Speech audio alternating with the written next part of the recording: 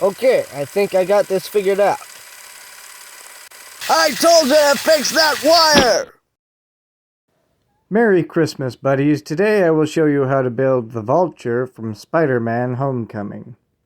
I gave him Zod's helmet, a silver gray head, a torso from the Hemlock Stronghold.